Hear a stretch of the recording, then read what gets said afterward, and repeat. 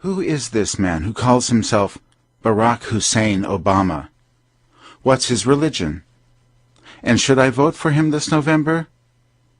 I can't answer the last question for you, but after doing some thorough research, I can answer the first two. His legal name in Indonesia is Barry Soetoro, as shown on this document, recorded at the school he attended. It would have been unlawful in Indonesia to record any but his full legal name on this document. So as far as we know, to this day, in Indonesia, Barry Soetoro remains his legal name. Barry, or Barack Hussein if you will, attended a Catholic school in Indonesia, which was required by law to instruct him in the religion of Islam. 4 tahun lalu, pengusaha batubara ini tak mau mengubah desain bangunan rumah tersebut. Kamar Barack Obama misalnya, tetap dibiarkan seperti semula. Obama pernah berpose di samping lemarinya itu.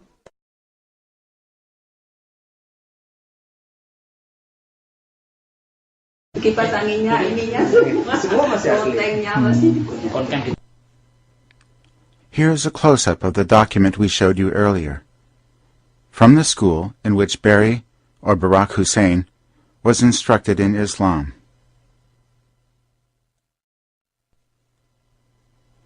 The law of Indonesia, unlike that of the United States, does not allow for dual citizenship.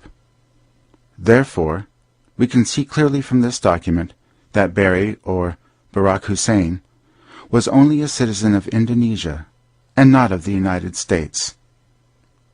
Since Indonesia does not allow proselytizing from one religion to the next, we can also see that Barry was a member of the religion of Islam, and as such would have been instructed in Islam by the school he attended legally. John McCain has not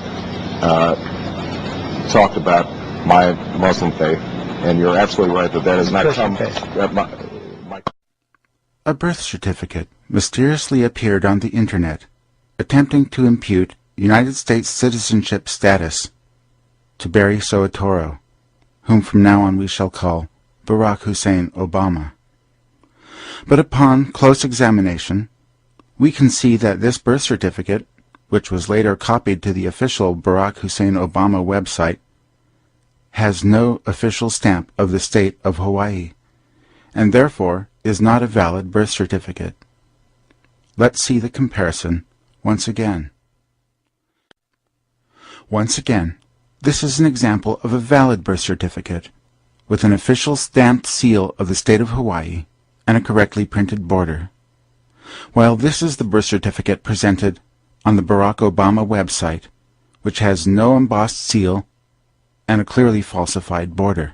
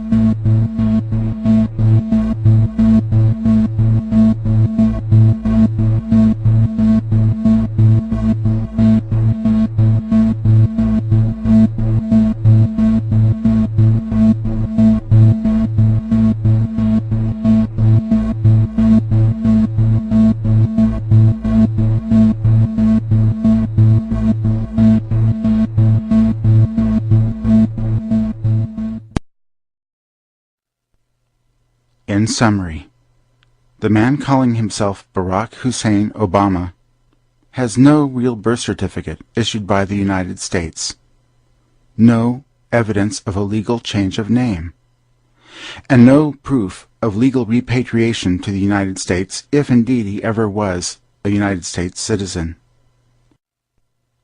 With regard to the question of religious affiliation, No baptismal certificate or evidence of a conversion to Christianity or to any other religion but Islam has ever been presented. So who is this man, who even as a boy and a citizen of the largely Muslim nation of Indonesia has always aspired to become President of the United States? His real name is Barry Soetoro. Also, according to all available religious documentation, Barry was and is a member of the religion of Islam, since Islam does not allow for conversion to any other religion. It seems fair to ask why this man, who seeks as Commander-in-Chief to control the most powerful military force in the world, the largest economy, and the largest nuclear arsenal in the world, has not been more forthcoming about his own identity. I've spoken here last. Lots of ups, lots of downs, except for my approval ratings, which have just gone down. But that's politics. It doesn't bother me.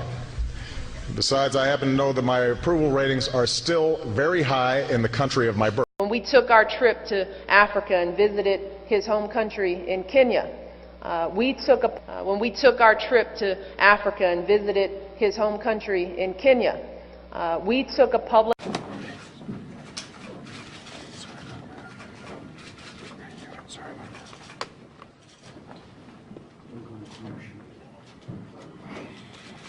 Good afternoon. I'm Lisa Allen, the Director of Media Relations.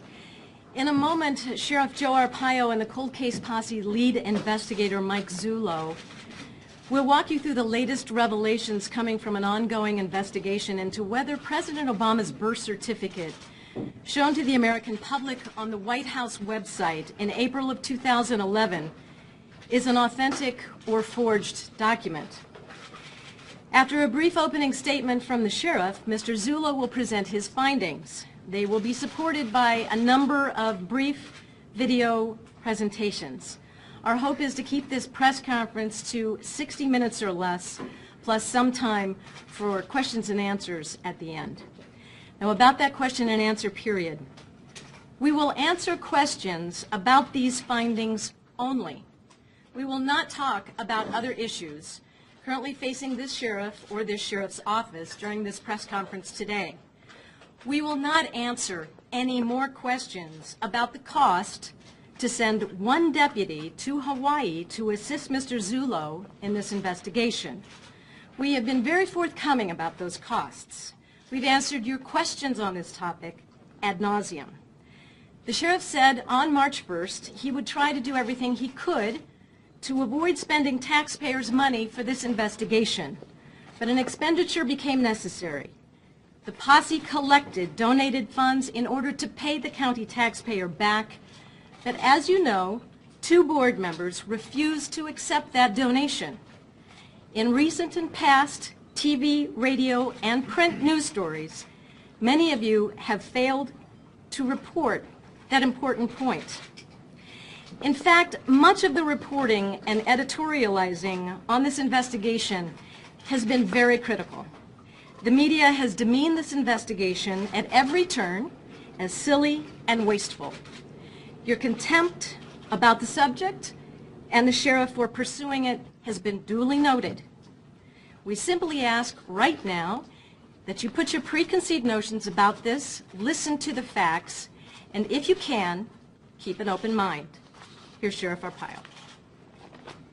Thank you. Good afternoon. As you know, 250 citizens of this valley, this state, came to me asking me as the head of a law enforcement agency to look into President Obama's birth certificate as released by the White House in April of 2011 on the official White House website, as we suspect it is a fraudulent document. My original intent was to clear the President of the United States. But the investigation initiated by our cold case posse found far too many problems on the birth certificate. So in March of this year, I asked the cold case posse to investigate this matter. We reported at that time, actually we asked 6 months prior to that, but in March we reported our initial results of that 6-month investigation. We found that there was probable cause to suspect the long-form birth certificate presented by the White House was fraudulent. You will also recall that we looked into the President's Elected Service form, and we believe that that form is fraudulent.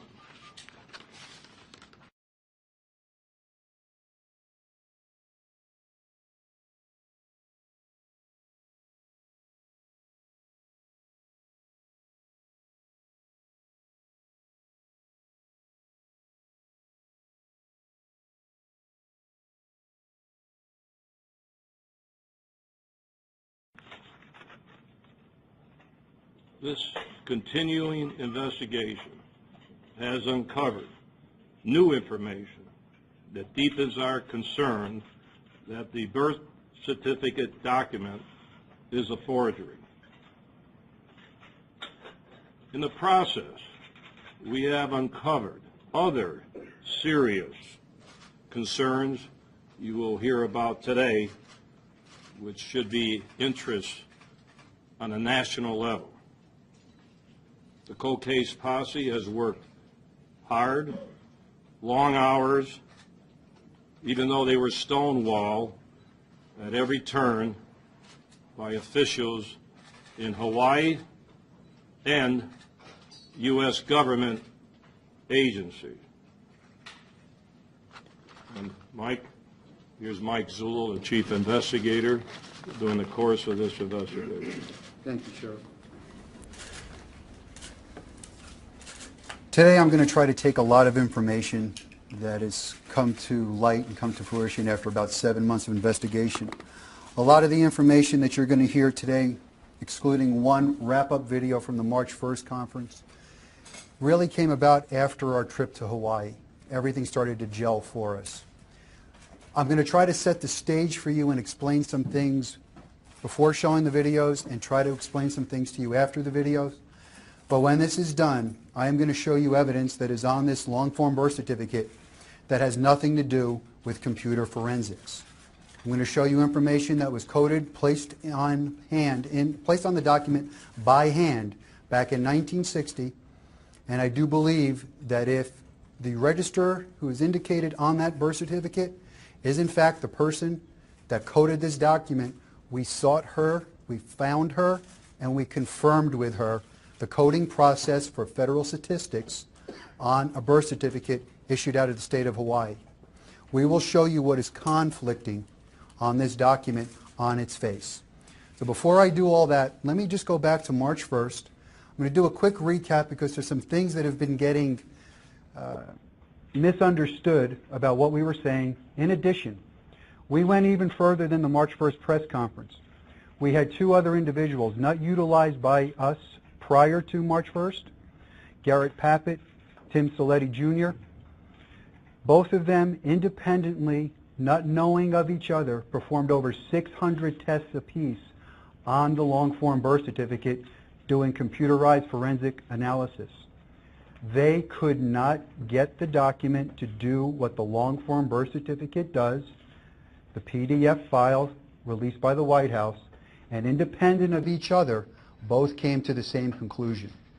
So from a document forensic digital perspective, we believe the document has been tampered with, so much so that the only way to get it to do what it does is with blatant human intervention. So let me show you the first video and then we're going to move to more recent stuff. It is not our intention today to revisit all of the many anomalies found in the PDF file purported to contain a certified copy of Barack Obama's original long-form birth certificate. However, we would like to make the following clarification regarding our March 1st press conference. The cold case posse is very much aware that layers can be created when a document is optimized. In fact, we pointed out in video number 4 that the control document in our test contained 45 layers after being optimized. A point that seems to have been lost on some who viewed the last press conference is that the layers in the PDF file released by Barack Obama are not consistent with the types of layers produced by scanning and optimizing a document, but are instead consistent with document tampering. So when you see experts on television or the internet stating that Barack Obama's long-form birth certificate doesn't have any problems because they scanned and optimized a document and they got layers too, they are guilty of not digging deeply enough into the layers to see what types of layers were produced and how those layers differed from the layers in Barack Obama's PDF file. For example, the PDF file released by Barack Obama has 8 1-bit layers and 1 8-bit color background layer. This is not consistent with optimizing a document, but is consistent with tampering. Were the layers truly a result of optimization, we would have seen only 1 1-bit layer and multiple 8-bit background layers. Since March 1st, 2 experts not associated with our first press conference were brought in to review the evidence we presented that day. Before issuing an opinion, both independently ran approximately 600 separate tests. One ran tests on a machine with a Windows operating system, while the other used a Mac. These tests were performed using all forms of compression capable of creating layers and with many different software programs. Both experts came to the same conclusion independently of each other. The anomalies in the PDF file purported to be a scan of Obama's long-form birth certificate cannot be duplicated using the known forms of compression in currently available software.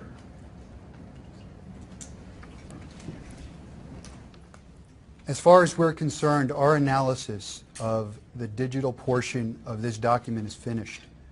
We are fully persuaded that we could prove that this document has been manipulated. The other thing I want to bring to your attention is we reached out to numerous businesses that do nothing but find experts that are court certified in fields of digital forensics, which is an emerging science, computer animation, and we asked them if they could find someone that we would compensate to look at the document.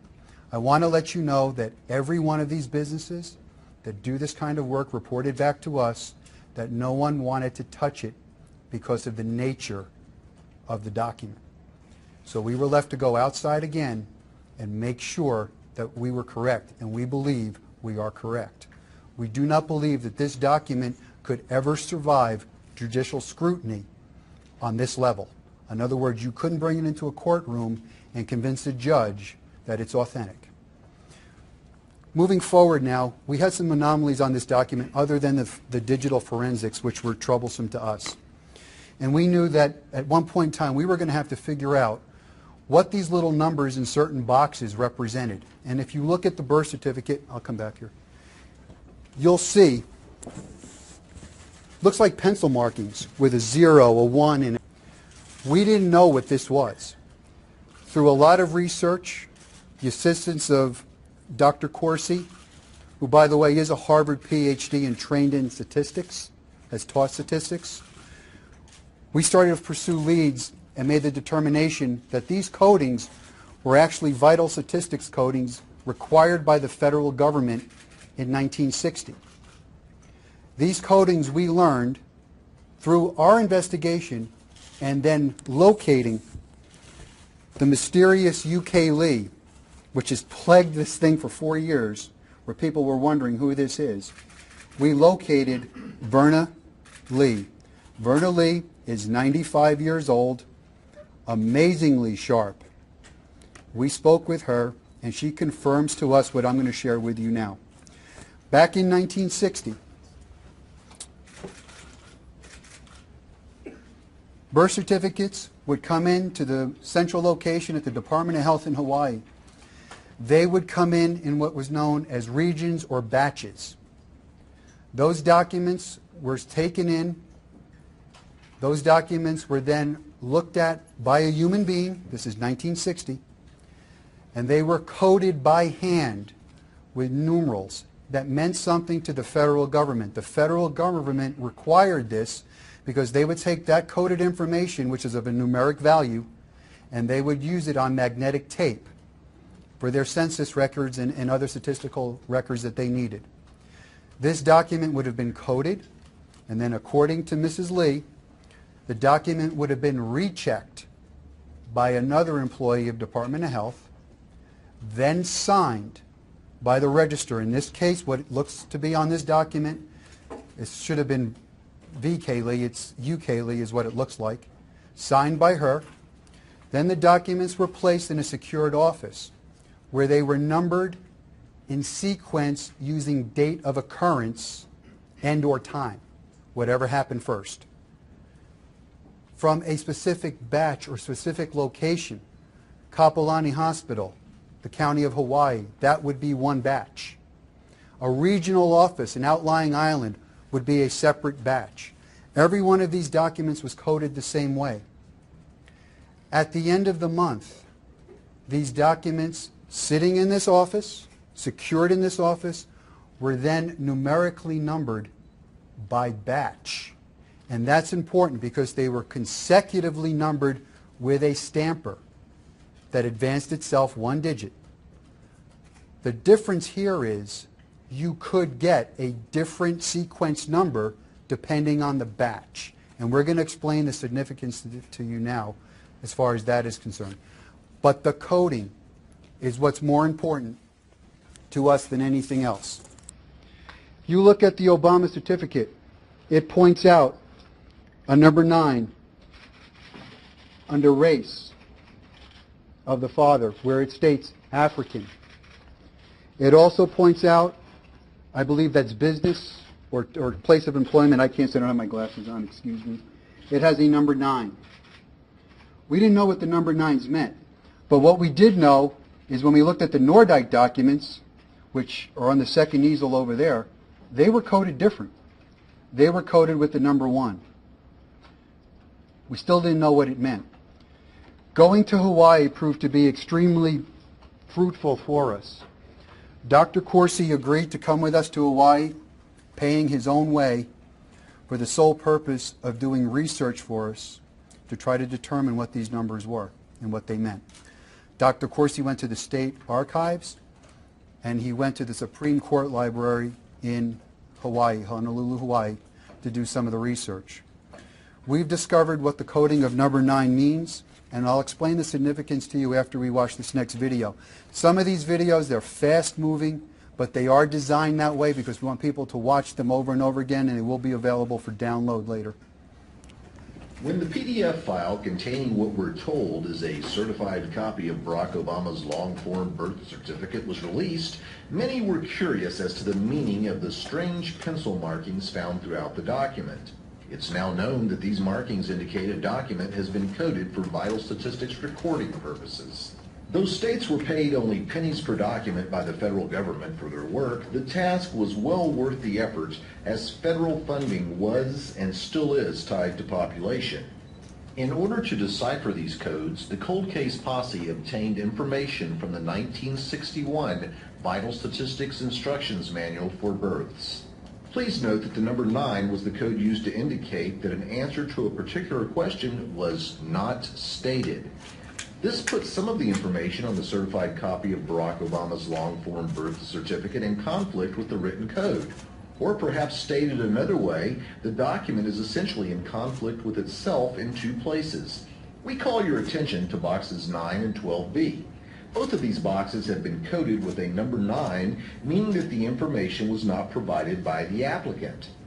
If the applicant didn't provide the information, why did these boxes have information in them? Based on the coding on Barack Obama's long-form birth certificate, it should have looked like this, but it does not. Box 9 has always been highly scrutinized because most suspected the term African was not used as a race identifier in 1961. They were correct. It was in fact not used by the federal government until 1989. Some might ask if the clerk coding this document simply made a mistake in boxes 9 and 12B. It should be pointed out that it was the policy of the Hawaiian Department of Health to have coding reviewed by a second deputy clerk. The odds of a mistake are therefore greatly reduced. A review of the coding indicates that all other codes on Barack Obama's long-form birth certificate that are legible correspond perfectly to the codes listed in the 1961 manual. The codes listed in the manual also correspond perfectly to the coding on the Nordyke twins' long-form birth certificates. We are therefore confident that the codes used on Barack Obama's 1961 long-form birth certificate were taken from this manual. So, in addition to the electronic evidence that the document has been tampered with, we now have supporting evidence provided by the vital statistics codes found directly on the document. You can't have a document coded like other documents, double-checked, and have a code that says 9 not stated, and have a piece of information sitting in the box. That just can't happen. Verna Lee confirmed that for us. As a matter of fact, she was adamant that mistakes didn't happen on her watch. Her exact words. Mistakes don't happen on my watch. And she wasn't happy when we asked that question if a mistake could be made. This is critical information because that box being non-stated or not stated should be blank, and it's not on this document. This supports the theory that we set out and later proved through digital analysis that this document has been tampered with and information has been placed on it. Now, there are other theories as to how that happened, and I'll touch on those later, but I want to move on and tell you some other information that came out of our investigation in the state of Hawaii. During the time that we were doing this, we are going to show you and share with you our experience in the state of Hawaii, but before that, interviews that we conducted there started to send us in some directions. And again, I had asked Mr. Corsi to spend another couple days in a law library to see if we could find the answers. I am going to show you the video first, and then I'm going to discuss the video with you. I'm going to try to put it in a form that you could understand what it was we found. What we found for us was shocking. And like the sheriff said in his opening statements to you, this should get national attention, and it's not even directly related to the birth certificate. So let me play this video for you now, and I'll expound on that right after it's over. The 1955 revised laws, which were in effect in 1961 when Obama was born, made birth registration compulsory in Hawaii. The 1955 revised laws also allowed anyone claiming to have witnessed a birth to register that birth. Please note the state of Hawaii accepted testimony to a birth that was unsworn, and they had no investigative unit to document the unsworn testimony. Most unattended births were registered at local offices. Hawaii had 5 local offices in addition to the central office in downtown Honolulu. In 1982, Hawaii legalized what had been its unofficial policy for decades by making laws that codified Hawaii out-of-state and foreign births as Hawaiian births. Observe this letter sent on March 1st, 1982 from then Hawaiian Director of Health to Hawaiian State Representative Herbert Sagawa, who was chairman of the House Committee on Health. Dear Representative Sagawa, this bill would require the Department of Health to issue birth certificates to children born or adopted anywhere in the world if their parents were legal residents of the territory or state of Hawaii and paid income tax in Hawaii at the time of their birth or adoption. The department supports this measure, but wishes to point out that such a new activity could have a workload/budgetary impact in the delayed registration section of the Vital Records program. While the department presently has no data from which to project the size of such impact, A large number of requests for such birth certificates would require additional staffing and funds for the program. Note that the Director of Health seems unconcerned over the fact that Hawaiian birth certificates would be given to individuals born in other states and other countries, but is solely concerned that his department receive the necessary increase in staff and funding to handle the anticipated number of requests. According to Hawaiian law, the birth certificates issued by the state of Hawaii only prove that Hawaii has a record of the birth information on file, not that the information is true or accurate. A Hawaiian birth certificate is therefore worthless in terms of its evidentiary or probative value. In order to truly vet a presidential candidate from Hawaii, one must have supporting evidence in addition to a birth certificate. For example, hospital records. As you'll learn in our next video, Kapiolani Hospital has been less than cooperative with those wishing to investigate Barack Obama's alleged birth at their facility. Let me see if I could put this in a way that it's easy to understand, because it's a little confusing. In 1955 through 1982, Hawaii had a law that basically said you could come in and declare a birth that happened in Hawaii. If it was unattended by a physician, unattended by a hospital, you could come in and you could declare that birth as long as you were an adult and you could prove residency. Now that leaves a pretty big loophole. And what they also knew that was happening, they were getting, and we have evidence of, a lot of foreign citizens, especially from Japan, coming in and using that law to get Hawaii issued birth certificates. It was a problem. 1982, they institute a new law. In 1982, what they decide to do is expand that program. And that program basically says that if you're an adult, you can go in for a minor child and you could declare the birth of a child that happened anywhere in the world, as long as you can show proof that the parents were legal residents, not citizens, legal residents, and paid income tax in the state of Hawaii. Legal residence is for domicile needs. Legal residence means I pay rent, I have a house. It doesn't mean you're a United States citizen. They actually allow, through their legislative process, they allow people to declare the birth of an individual abroad, and bypassing naturalization and immigration law, create citizens by issuing a birth certificate from the state of Hawaii.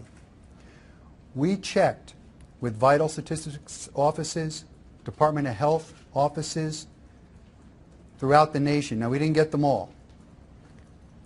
There is no other agency that we are aware of that has a law that says this. As a matter of fact, in Arizona, you couldn't even do this.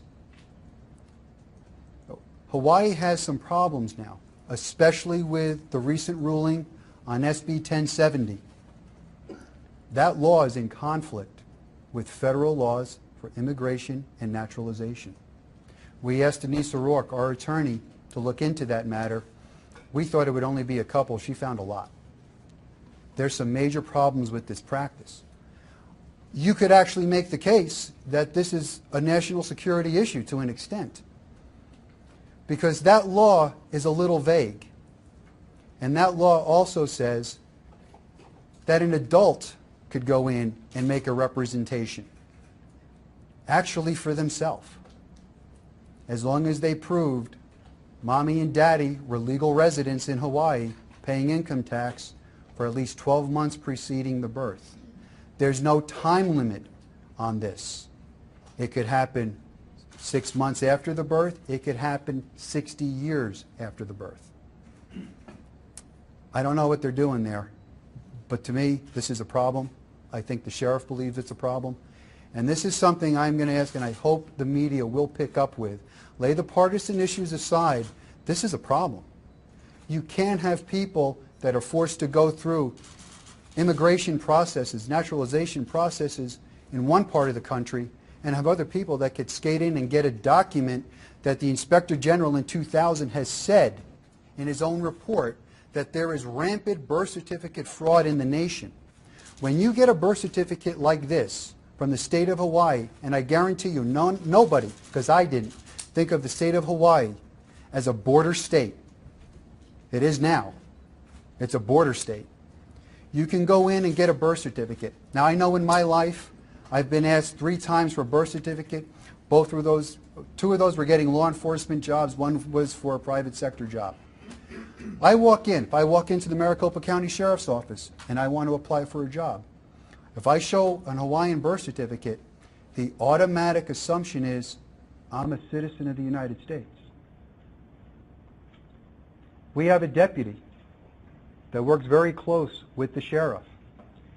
He was a foreign birth, born to a military father, serving overseas, born in Ireland.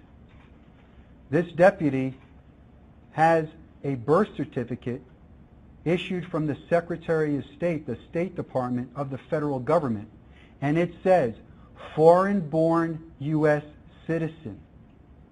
There is a procedure to get this.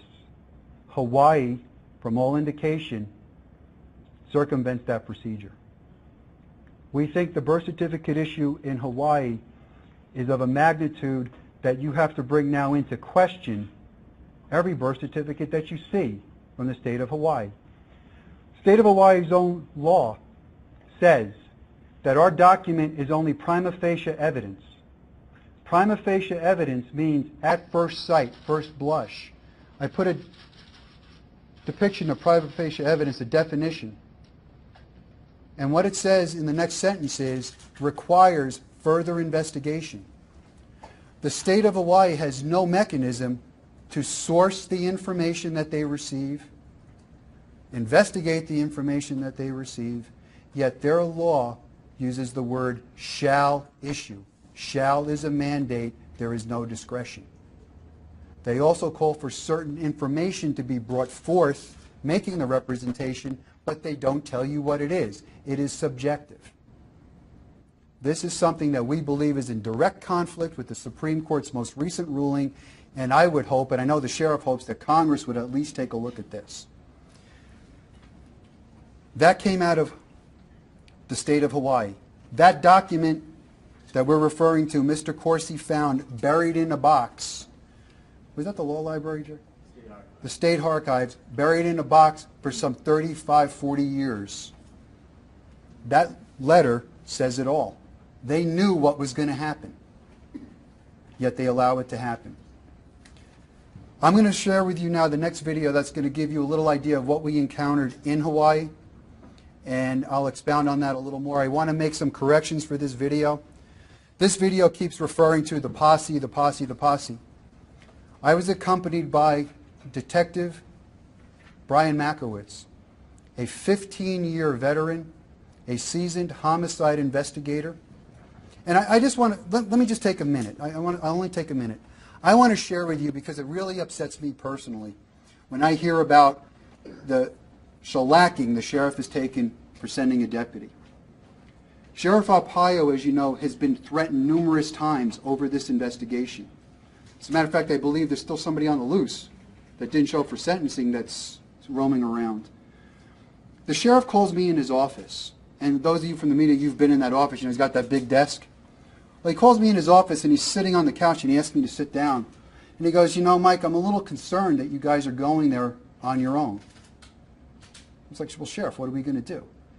He says, I want to send a deputy with you. He says, you're armed here, but you're not armed over there. What if something happens to you? You know, so be it. He goes, I can't let that happen. He goes, I'm going to send a deputy with you. We addressed the cost of this venture to have this happen. The sheriff asked me if he was going to send someone, who I wanted to take. And I asked for Brian. I said, Sheriff, if I'm going to have to take somebody, send a seasoned investigator, a seasoned detective with me, because we're going to be going to places that may not receive us well. I also need his expertise in putting some of the logistics together and how these things start to mesh together. And that's how Detective Makowitz ended up coming with us. And like the sheriff said, through donations, we had that expense covered. I don't know why the Board of Supervisors decided not to take it, but I can tell you this, I won't beg them to take my money. They had an opportunity to take it and they didn't. And it troubles me that the sheriff is getting attacked and hung with this when we went out of our way to make sure there was no cost to the taxpayer. So that being said, let me share with you our experience of Hawaii, and we'll go from there. When the cold case posse went to Hawaii to investigate this matter, they found that most doors were closed to them, and that both government and private sector officials alike were prone to overreacting to their presence. For example, when two members of the cold case posse attempted to visit Hawaii State Registrar Alvin Onaka, they were met with local police officers who seemed confused as to why they had been called to the scene and eventually left. It should be pointed out that as a courtesy, the cold case posse members in Hawaii made their first stop the local police department. They informed local PD that they were in town and would be asking questions of people, so the visit by local police came as quite a surprise to the posse members. Eventually, the posse was told that Mr. Onaka doesn't speak to the public. Visiting law enforcement officials from another state aren't exactly the general public, but the posse was happy to at least be granted a short meeting with Deputy Attorney General Jill Nagamini. In that meeting, posse members were told that once someone with a direct and tangible interest has been given a copy of a record that had been held by the Hawaiian Department of Health, they can do whatever they want with it. Ms. Nagamini was given several opportunities to confirm that the PDF file posted at whitehouse.gov was in fact the same document the Department of Health released to Barack Obama's attorneys. Ms. Nagamini declined, stating that the posse was asking for a verification and that such a request had to be made within the statutory laws of the state of Hawaii. The cold case posse was made aware of a logbook that existed within the doors to the delivery area at the Kapiolani Medical Center where Barack Obama was reportedly born. In this book, all births for a 2-year period were logged, and then the book was retired to the hospital's archives. Upon requesting access to the archived logbooks, the posse was told that the hospital was not in the business of investigating birth certificates, but in the business of saving lives. Soon after this comment, the posse was asked to leave the facility. I want to point out again the correction. Both those incidents, Detective Brian Makowitz was there, a fully compensated sworn law enforcement officer who was credentialed and presented those credentials. I'm going to touch on Kapiolani first, and I'm going to go back to what happened in the Department of Health. At Kapiolani, we got information here developed out of Scottsdale from a retired physician who was a resident in 1970 in that very hospital. When you think of Kapiolani, we showed you a brief picture of it. That's what it looked like back in 1960. It looked like a resort. You wouldn't even picture it. It was a clinic. It was 60 beds. There were maybe, I believe they said 20 women at a time that may have been in there for labor. It's not a big facility at the time. We got information that there is a handwritten register, a log, that is kept at a desk back in those days at the delivery room door. And the tending nurse would record the name of the mother going in to have a delivery. That information remained in that book. That book remained in that desk drawer for 2 calendar years before it was finally placed in the library's archives. The library's archives are open to the public, and with permission from the hospital, anybody could go in there. That book becomes significant because if we could find 1961 and we could find Stanley Ann Dunham's name in that book, hey, he was born at the hospital. No such luck. They didn't offer to allow us into the hospital. They didn't tell us she was born there. He was born there. They didn't tell us that they had any medical records. As a matter of fact, they all but it. Now, this would have been a piece of information that in our pursuit, we could have cleared up a lot of this, but they refused to cooperate. The Department of Health. The Department of Health was the first place that we stopped. I believe we did it on Monday, if my memory serves me correct. That wasn't our original intention. We understood that the media got wind that we were there and they were going to run stories. We had planned on going there on a Wednesday. So it took us out of our game a little bit. Detective Makowitz and myself went into the Department of Health, identified ourselves to a security guard for the sole purpose. We wanted to talk to the state registrar, Mr. Alvin Onaka, and ask him a simple question. Sir, did you validate this document, the document that has been presented by the White House? This question alone could have solved this, a yes or no. We were told immediately, Mr. Onaka doesn't speak to the public. Detective Makowitz advised them that we're not the public. We're the police. We're here conducting an investigation. Is there someone else we could talk to? About 5-6 minutes later, 3 individuals come out. We have to go through the whole credential thing again. They go scurrying off. Brian and I are standing there, and I look up and I see 2 of the biggest uniformed police officers I think I've ever seen in my life. I mean, these boys were big. One of them was a sergeant. They're coming in the back door. I look at Brian. He looks at me. We all know what this is. The sergeant walks up to one of the individuals that greeted us. He motions with his thumb like they're over there. And I watch this police officer. He looks at us. He looks at the guy. We're in shirt and tie, carrying little folders. And he shakes his head as if, why did you call us? And they walk around the corner. We never see them again. About 3 or 4 minutes after that, the Deputy Attorney General comes walking out, identifies herself, and basically tells us again that Mr. Onaka couldn't talk to us. Detective Makowitz asked her if there was a place we could speak in private. They said we could find an office that we could use for about 15 minutes. We went into that office. During the course of the conversation going back and forth, it became very apparent to us that the Deputy Attorney General was doing nothing more than hiding behind state statutes at every question that we asked. At one point in the conversation, I held up a copy of that document, and I asked her point blank, could you at least tell me, is this a copy of the document that you provided Mr. Obama's attorneys? She accused me again of wanting a verification of a birth certificate and pointed me back to her statutes. I explained to her that I have a problem. The problem is we know by the admission of the Department of Health that they released a photocopy, 2 photocopies of the purported original long-form birth certificate placed in an envelope and given to Mr. Obama's attorneys. However, I don't know what's in the document.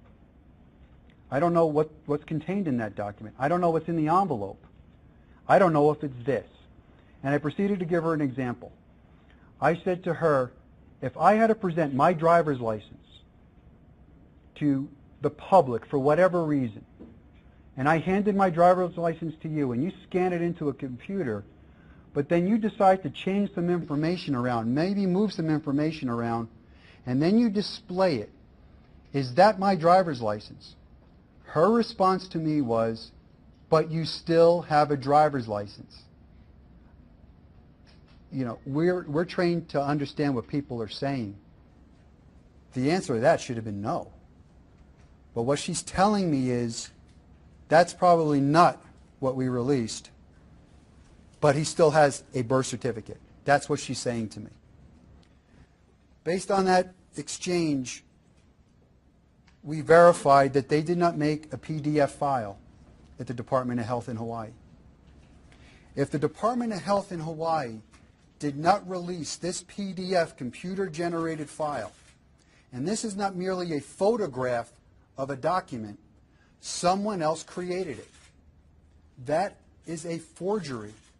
There is no legal authority for anybody, including the President of the United States or his staff, to make an Hawaiian birth certificate, computerized, handwritten, in crayon, doesn't matter what it is.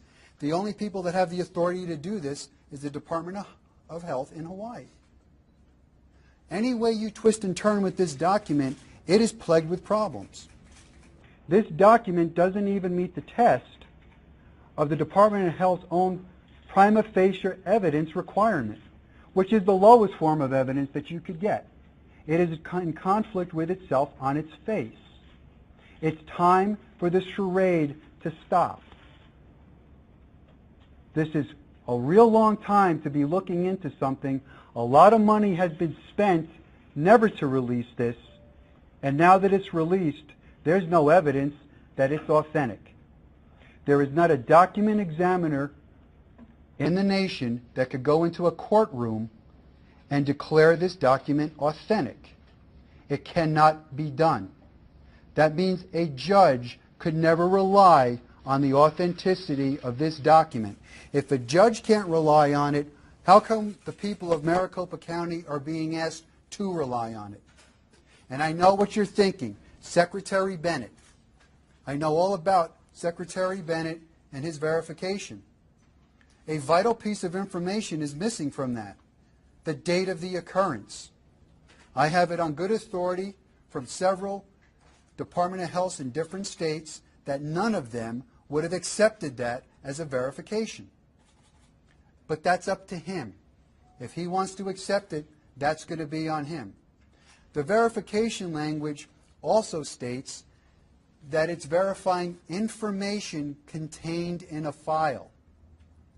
We've come to understand that information contained in a file could be supplemental information, information that's brought forward to amend a birth certificate at a later date by means of an affidavit or some other form of information. Here's the problem. If that's what occurred with this document, and it is an amended birth certificate, per Hawaii law, they would have to mark this document altered on its face for everyone to see, and Hawaii law says it loses all of its own legal authority at that point. It can never be relied on.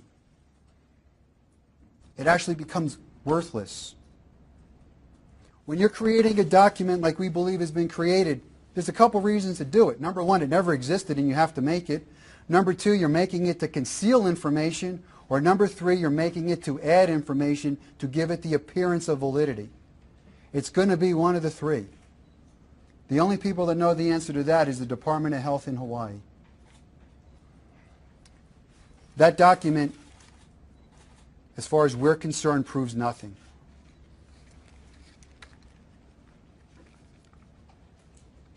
I'm going to show you now the out-of-state numbers for the batching. And this is the number that's up here. This number is out of sequence. This has plagued people for a long time to get to the answer of this number.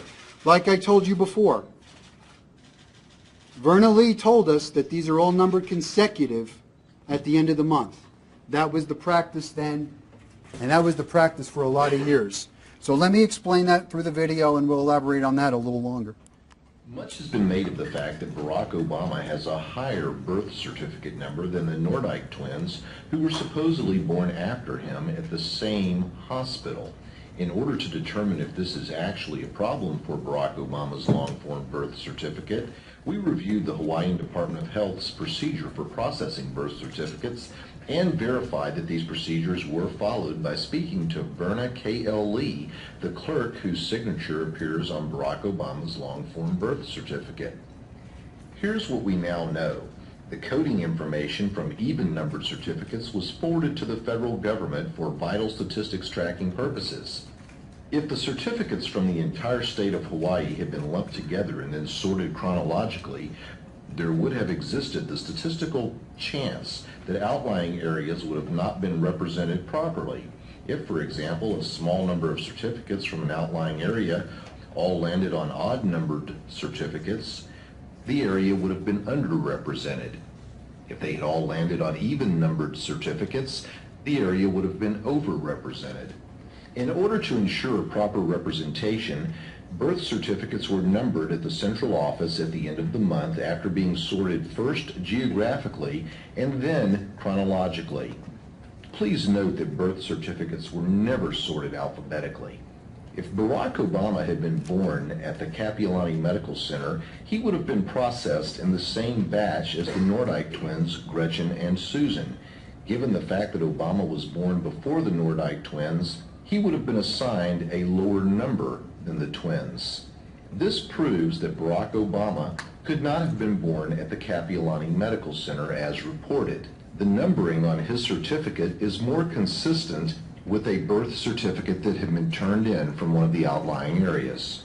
One final point regarding the newspaper birth announcements in the two local Hawaiian papers: these are very inaccurate sources of information. Single-parent births were not listed. Some announcements appeared in one paper and not the other, and sometimes when a paper was low on available print space, a few of the announcements were not listed at all. Therefore, these newspaper announcements cannot be relied upon to make any type of sense of the birth certificate numbering process. Just think of it like this. The birth certificates are placed in different piles. You have everybody that was born in April 1961, August 1961, whatever the date is. You have that whole pile sitting there. You're going to go in with a numerical stamper. I think it was a Bates stamper, it may have been called.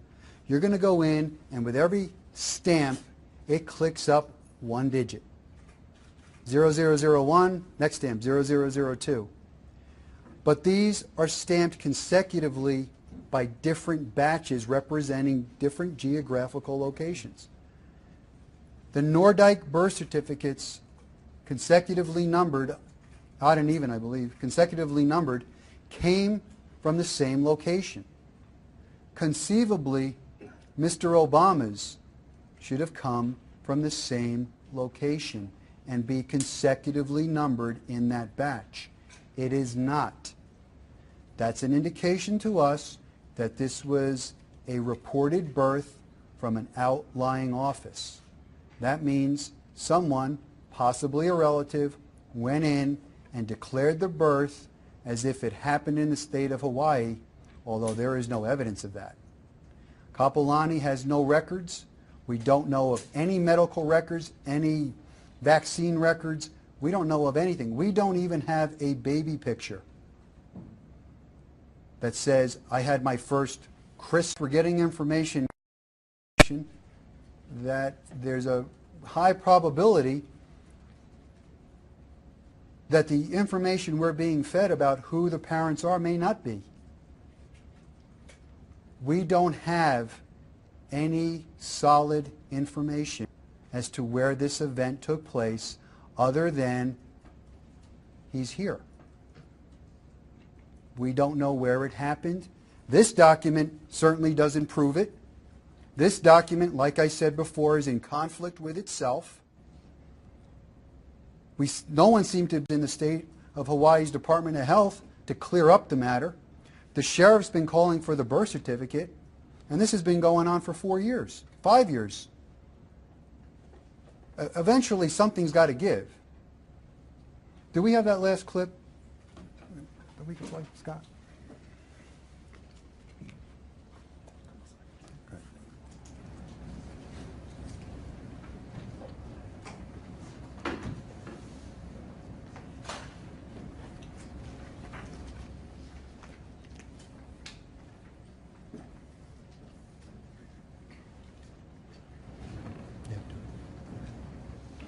Well, I think what's important if you are running for president is that the American people know who you are, what you've done, and that you're an open book. And I'm going to leave you with that 11-second clip, and I'm going to ask the sheriff to come back here with some closing remarks.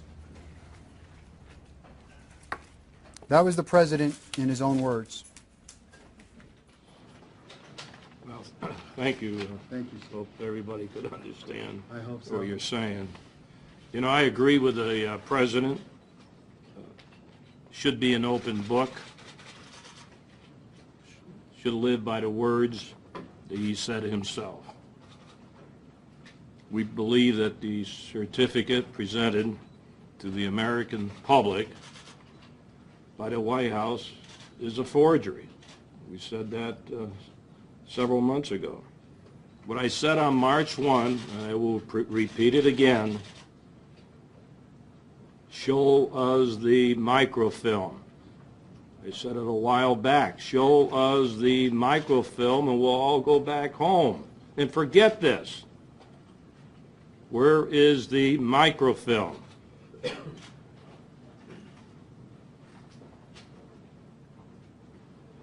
Where is the microfilm?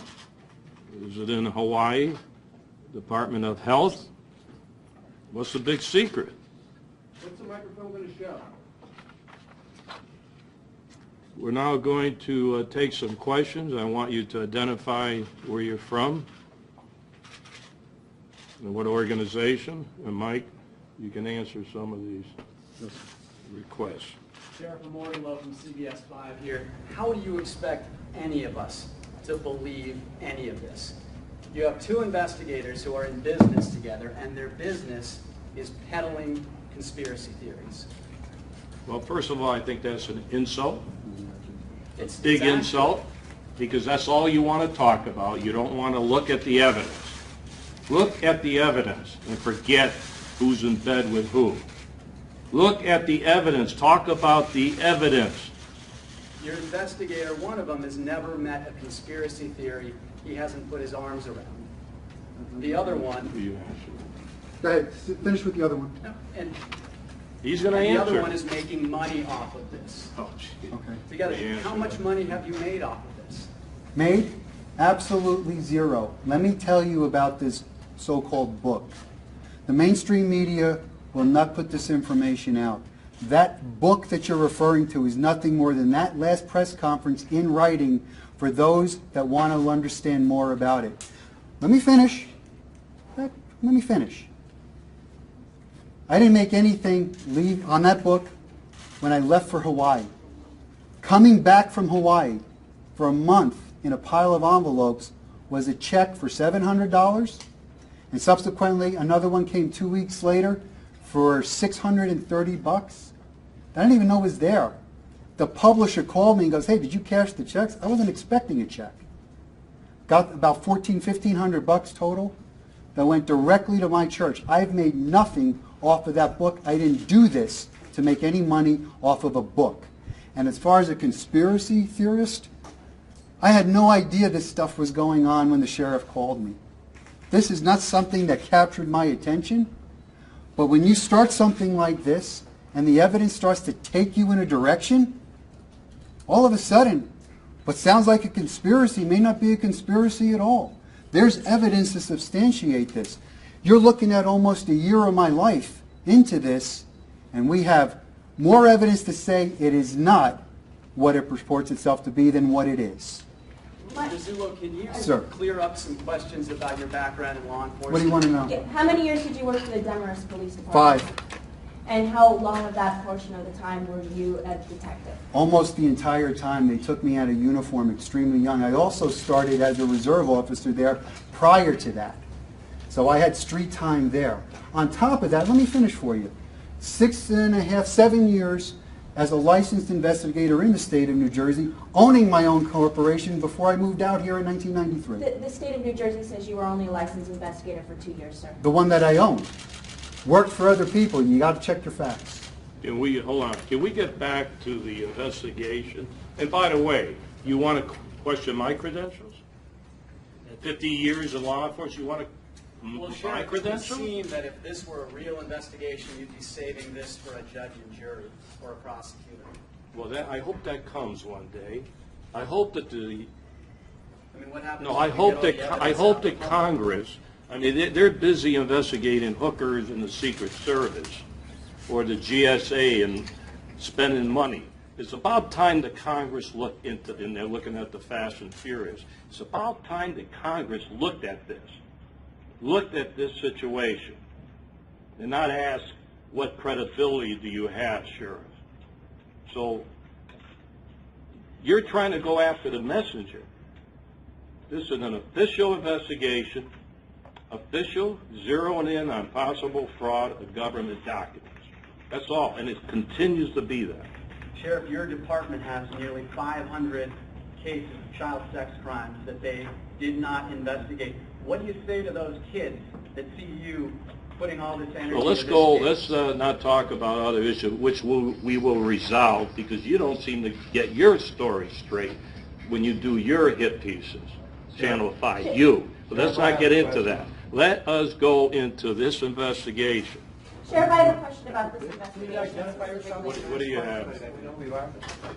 Next question. I'm Tom Ballantyne. I'm a citizen journalist. Also happen to be the subject of Morgan Lowe's most recent conspiracy theory, wherein he suggests that I work for Joseph Farah, which I do not. I've never met the man. I do know him through email. I have a substantive question, though, unlike my friend Morgan, who peddles conspiracy theories himself for a living, I suspect. I don't suppose he does this for free. And my question is this. Whether it's the microfilm, whether it's Jill Nagamini, whether it's Alvin Onaka or Kapiolani Hospital, in every one of those questions or in every one of those cases when Mike requested information, could not they have cleared the president by simply providing the very simple information that was requested? That's my question. Yeah, the short answer is yes. It's every document surrounding this one individual is plagued with problems. They're all plagued with problems. There's one excuse after another where you can't see it for whatever reason. I mean, it's everything. Right down to a college transcript. It's got a problem. Very good. We didn't invent this. This is just what's out there. Let me just say one more thing. You know, thank God that this is being streaming because the whole country really doesn't care about local politics, whether they like the sheriff or not. These are facts that we are talking about. It's an official investigation.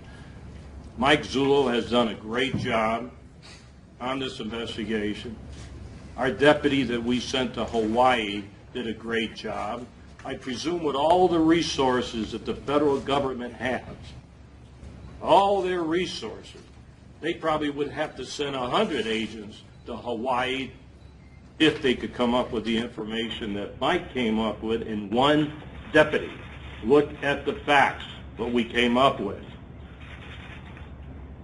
So I'm not taking a second seat because of Mike Zullo into his background or everything else. He has done a great job. We have worked hard at this. We wanted to clear the President of the United States. That was my mission, but it hasn't happened that way. And we have people of interest that we're not going, you forgot to say that, on this investigation. So I want someone, the U.S. Congress, someone to look at this and do something about it, and we will be very happy to cooperate. But my problem right now is who do you give it to?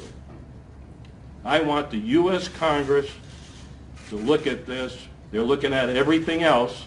I think this is very important when you're talking about birth certificates, possible national security, immigration problems, which all of you seem to not even care about.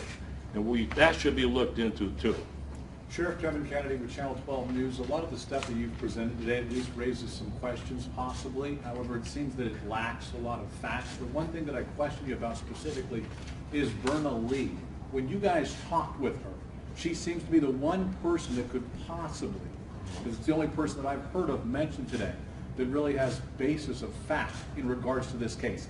Did you record your conversations with her? Do you have anything from her sign that says she believes what you guys are telling us today?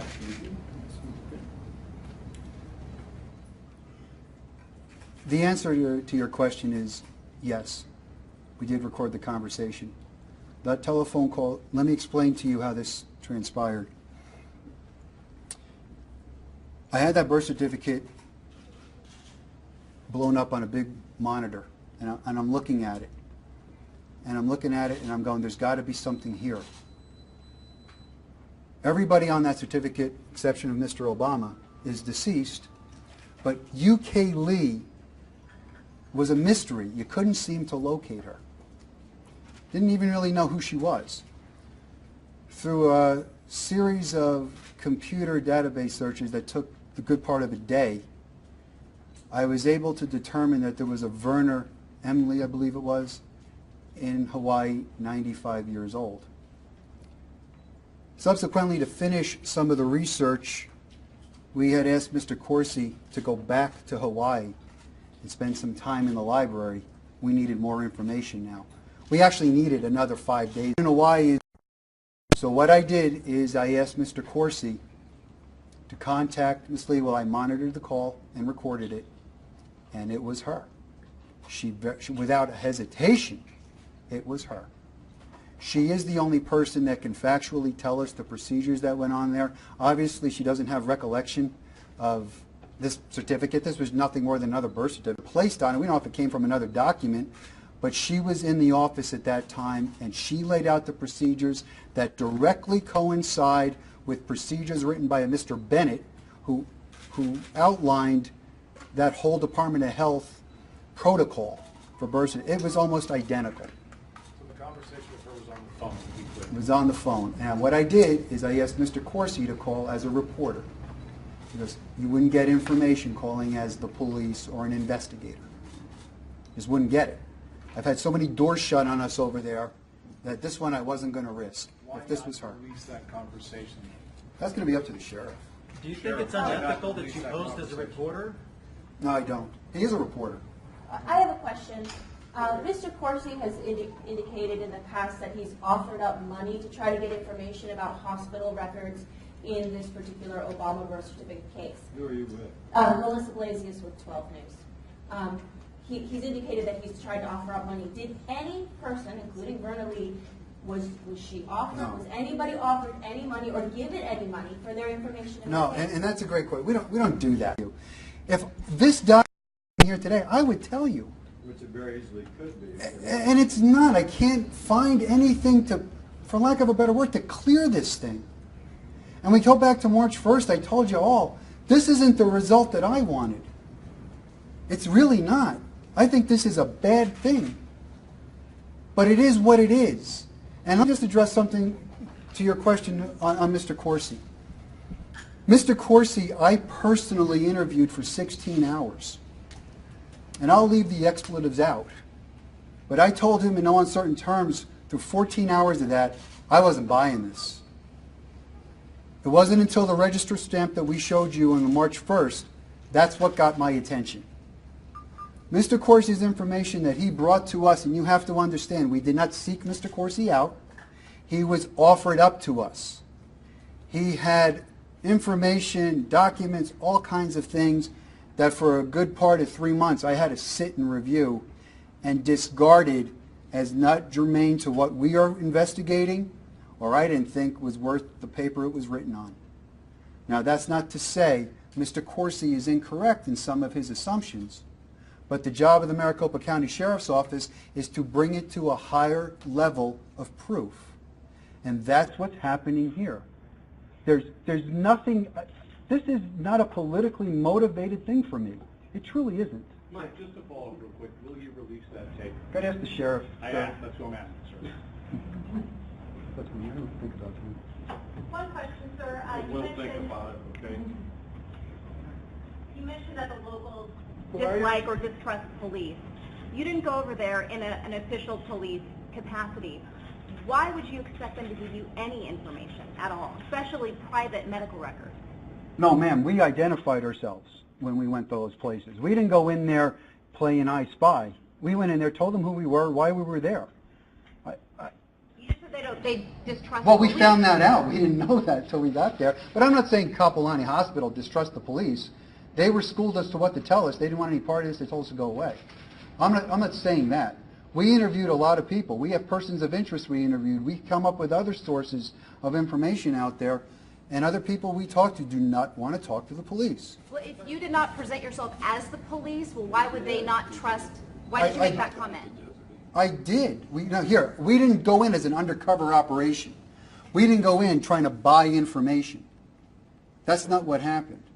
That isn't the way it went. I understand now. I understand your question. We didn't try to conceal the fact of who we were because we knew the newspapers over there. Actually, the newspapers released information that we were there. I think it was within 12 hours of us going to Department of Health. It was out of the bag. We were there. Okay. Now, go ahead. Going back to the fact that you were not there in an official capacity, police or government capacity, why would you expect them to give you any sort of records, any personal records? Why would they give them to you? We didn't go to, you're talking about Kapolani? Kapolani, the Well, I have an issue with the Department of Health. I mean, she is an attorney general. He is a sworn compensated deputy. He's on official business doing an investigation. Normally, those discussions between attorney generals and the police don't go like they did in Hawaii. There was something else going on there. So I don't understand that. As far as Kapolani is concerned, we asked access to their archives, which they do grant to the public. We weren't looking for, quote, medical records. And I will be 100% candid with you. If I could find that book, it could have put an end to all of this. I don't know what else to tell you. This isn't us chasing, this is the other thing. This isn't us chasing down the president. Everybody wants to make it that. This document is fictitious and it's been represented to the people of Maricopa County. Now, I'm sorry that the president claimed ownership of it. I'm sorry that it's the president. But if somebody represented something fictitious to you and you acted on it and found out it was wrong and you came to us, you'd want us to look at it. So I really am at a loss to understand why it's so difficult for people to understand that this is not politically motivated, because it's not. Are you incriminating the president in any way? Are you saying that the president has anything to do with this? I am not.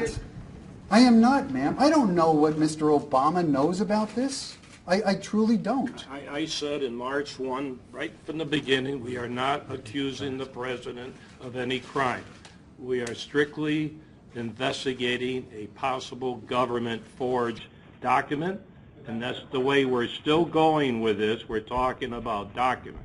If that's I don't get that, Sheriff. If this is a crime, and it's the president's birth certificate, how could he not be accused of a crime? How could you not? We're not saying that he crime? knew about it. Did we ever say he knew about it? So you're telling me he doesn't know about this birth I have no idea. Unless you want to. Yeah, let me see if I can. I think that's a great question. Let me explain this to you.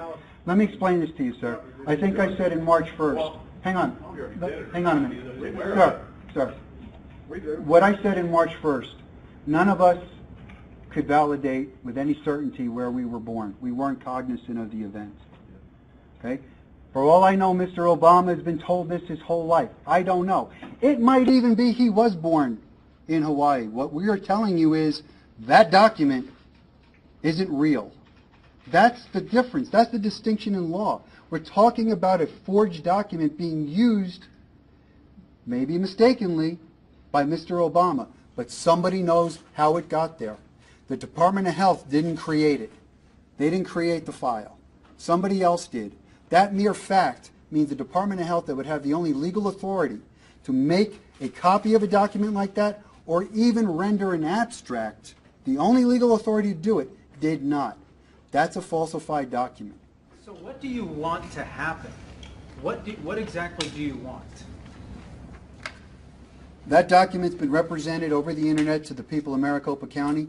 We're telling you the document is a forgery. We would like the persons that made it brought to justice. It's pretty simple. It could end there. Anything else is out of the purview, the venue of the Maricopa County Sheriff's Office. Who do you think made it? I don't know, but I know it's parked itself at the White House at some point. Sheriff, are you ever going to let this further issue, are you never put it to rest at all? Well, right now we'd like to give it to somebody. I think we did quite a bit of work on this, and I would like the Congress to have hearings, maybe a special prosecutor, not only for this issue, but an issue how easy it is to get a birth certificate in Hawaii. When we're talking about national security, talking about immigration, so even just on that issue, they should look into this. Very simple. So I have to decide who to give it to. And in the meantime, we're not closing the file, but if we get any more information regarding this matter, of course, we'll continue to receive that information. But right now, it's time for someone else to look into this situation. Very simple. Sheriff, given what you believe to be the case here, if the president This is the last in question. Phoenix with a motorcade, would you have your deputies pull him over? The what? Did you have your deputies pull him over to prove his citizenship? Can we, I'm not even we'll have gonna one answer last that. question from the Hold on. You're with Channel 5, is that right? You didn't identify yourself. You are with Channel 5, local CBS Channel 5. I just want to make sure you're identified. One last question. Mike, Go ahead, sir. I actually have two questions. The number 9 on the birth certificate, I'm not understanding the significance of that. Are you guys saying that it was left blank and somebody Yes. put something in there? That in 1960 when it was coded, 1961 when it was coded by hand by one individual, then rechecked. Number 9 would indicate that field is left blank because it's unstated information. It can't have something in there. If it had African or whatever, it would have been coded differently. Number 9 says unstated. It has to be blank. So what's the significance of the microfilm? I don't get it. The microfilm would show if there is an original document. If it's an original document, it better look just like that. I would venture to say it doesn't. But isn't that what the Secretary of State looked at, the original No, document? he did not. Isn't that what was verified? He did not. No. You got to read the verification and see what they said. They are verifying information. Information could be information brought into a file at a later date. This document could actually be amended information, which could have happened in 2006, 7, 8, 9 on an affidavit. And there's no sourcing of that information. There's no investigation into the information to see if it's even creditable. Let me ask a question, Mike, real quick. Based on the layout, That's, folks, I'm sorry, that's it for the questions. We have a press release, if you'd like it. We also have the detailed report on the findings of the computer experts. Also, this press release can be found online at www.mcso.org. The press release also contains all the video demonstrations from today and the supporting documents. Thank you for coming. Excuse me, ma'am.